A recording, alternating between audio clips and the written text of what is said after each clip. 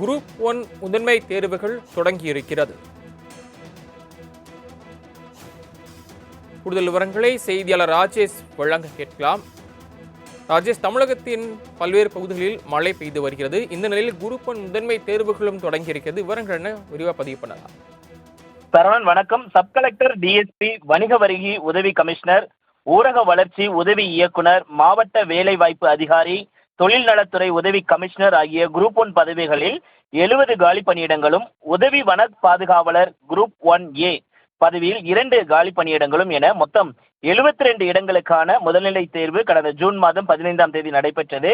இந்த தேர்வை 1,81,422 பேர் எழுதினார்கள். இதற்கான தேர்வு முடிவு கடந்த ஆகஸ்ட் மாதம் 28ஆம் தேதி வெளியான நிலையில் தேர்வில் 1,865 பேர் வெற்றி பெற்றிருந்தனர். அதில் வெற்றி பெற்றவர்கள் அடுத்த கட்டமாக முதன்மை தேர்வை எழுத வேண்டும். அவர்களுக்கான முதன்மை தேர்வு இன்று தொடங்கியிருக்கிறது. இதன்படி தமிழ் தகுதி தேர்வு நடைபெறுகிறது இன்றைய தினத்தில். அதனைத் தொடர்ந்து குரூப் 1 பதவிகளுக்கான தாள் 2, தாள் 3, தாள் 4 தேர்வு முறையே 2, 3 தேதிகளில் நடைபெறும் என எதிர்பார்க்கப்படுகிறது.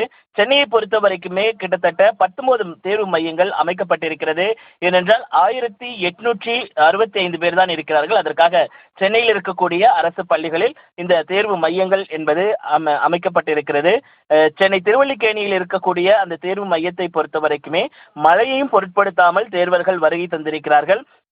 பள்ளி இருக்கிறது இன்றைக்கு. அதனால் தேர்வர்களுக்காக தனி அறை என்பது ஒதுக்கப்பட்டிருக்கிறது. இந்த மையத்தை பொறுத்த வரைக்குமே 4 அறைகள் என்பது ஒதுக்கப்பட்டிருக்கிறது.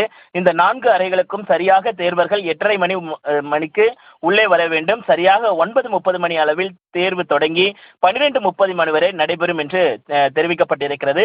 அதே போல பல்வேறு கட்டுப்பாடுகள் என்பது விதிக்கப்பட்டிருக்கிறது. குறிப்பாக இந்த தமிழ் தேர்வில் வெற்றி பெற்றால் மட்டுமே, அதாவது 40 மதிப்பெண்கள் பெற்று வெற்றி பெற்றால் மட்டுமே அடுத்தடுத்த தேர்வுகளை இவர்கள் பங்கு பெற முடியும் என்பதால் இது மிகவும் முக்கியத்துவம் வாய்ந்ததாக பார்க்கப்படுகிறது. காலையிலேயே மழையையும் பொருட்படுத்தாமல் அனைவரும் தேர்வு மையத்திற்கு வருகை தந்திருக்கக்கூடிய அந்த காட்சிகளையும் நம்மால் பார்க்க முடிகிறது. சரியாக 9:30 மணிக்கு தொடங்கக்கூடிய தேர்வானது சரியாக 12:30 மணி அளவில் நிறைவடையும் என எதிர்பார்க்கப்படுகிறது. சரவணன், தாங்கள் வழங்கிய தகவல்களுக்கு நன்றி ராஜேஷ்.